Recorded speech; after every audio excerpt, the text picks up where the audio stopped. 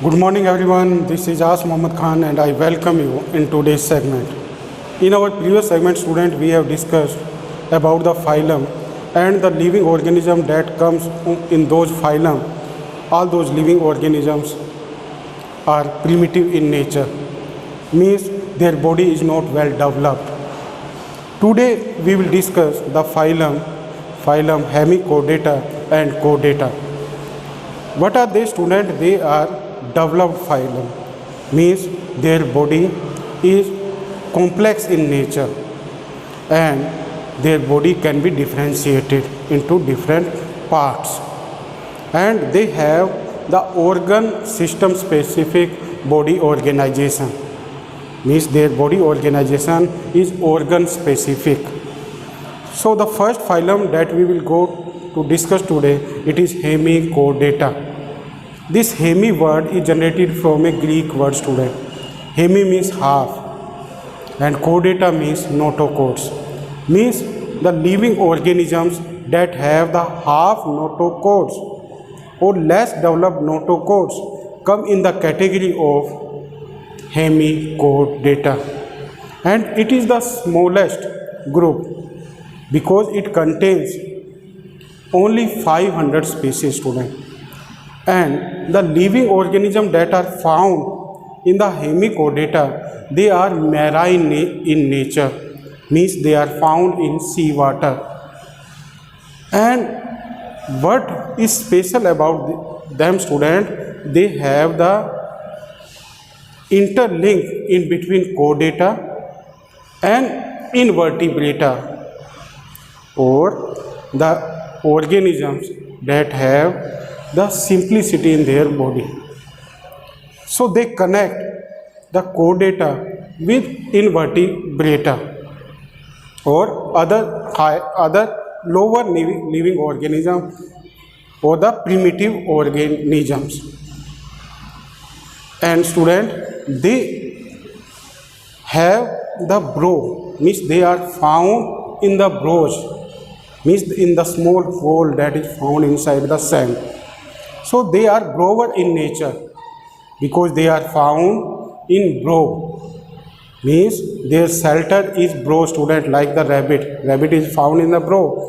Like this they are also found in the brow, and that brow is made up of the sand.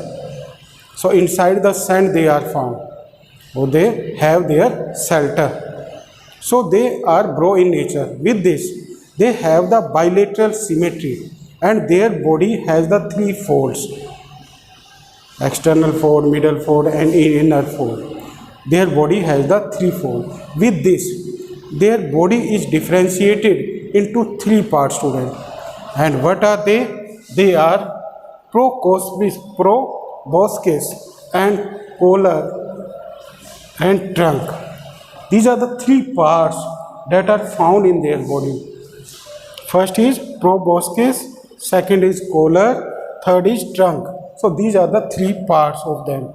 They have the organ system, means their tissue is developed into different organs. So they have the organ system specific body. With this they have the three germinal layers: ectoderm, mesoderm and endoderm. And they have anthocoelom student. Anthocoelom they have, means they have one body cavity inside their body, and that body cavity is known as anthocoelom. And they have the respiration with the help of gills student, because they are aquatic in nature. That's why they do the respiration with the help of gills. So they have the gills. With this they are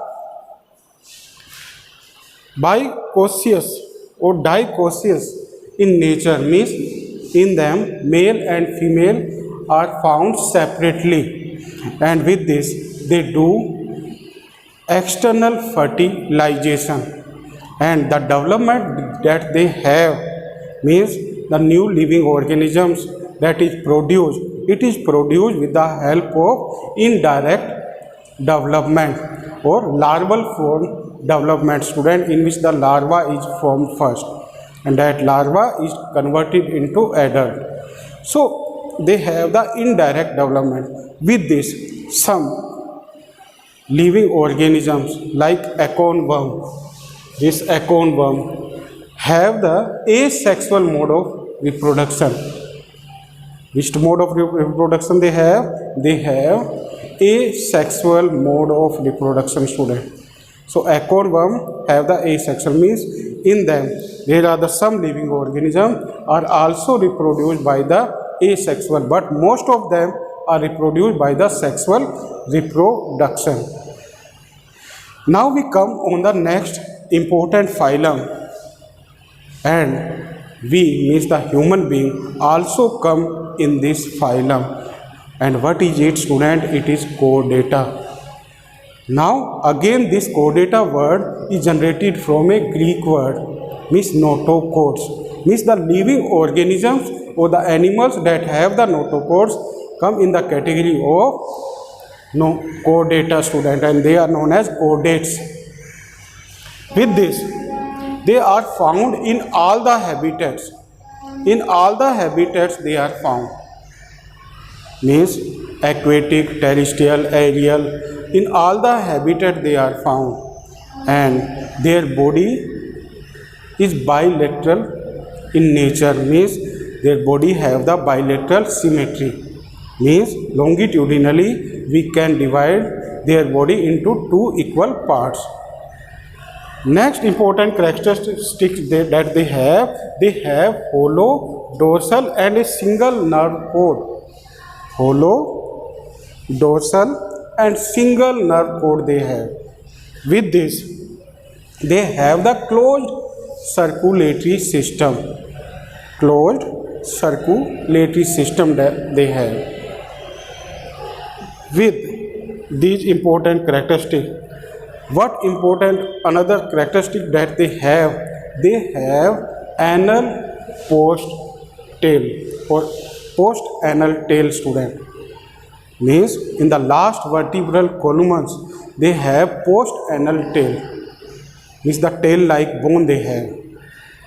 We also have, but which type organ we have? That we have it as vestigial organ. With this, they have the respiration with both gills and lungs, means if the animals belongs from aquatic habitat, then they do the respiration with the help of gills.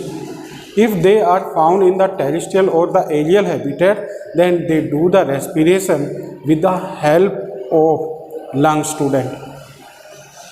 And they also have their sexes separate, means male and female are found separately.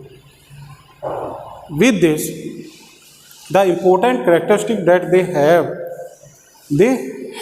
student, external and internal fertilization. External and internal fertilization they have, like the fish and the amphibians. They have the external fertilization in which the male and female release the gametes inside the water, and inside the water the fertilization takes place. But there are some other living organisms, they have internal fertilization, means the male and female gametes meets inside the female body and they have the internal fertilization. So they have the both type of fertilization, external as well as internal. With this, they have the direct development. Most of them have the direct development, means zygote is developed, and after the zygote the embryo, after embryo there is fetus to newborn. So they have the direct, but some of them also have the indirect development, like the fishes, student. Fishes have the indirect development, like the fishes. Some amphibian also have the indirect development, and they are both type. They have the both type of nature, means they are oviparous or viviparous. Some lay eggs, but some give birth to their young ones. So it is another important characteristic that they have. Now we categorized into three subphylums. Means chordatas are divided into three subphylum student. First is Urochordata, in which Ascidia and Salpa come. Second is Cephalochordata, in which Branchiostoma come.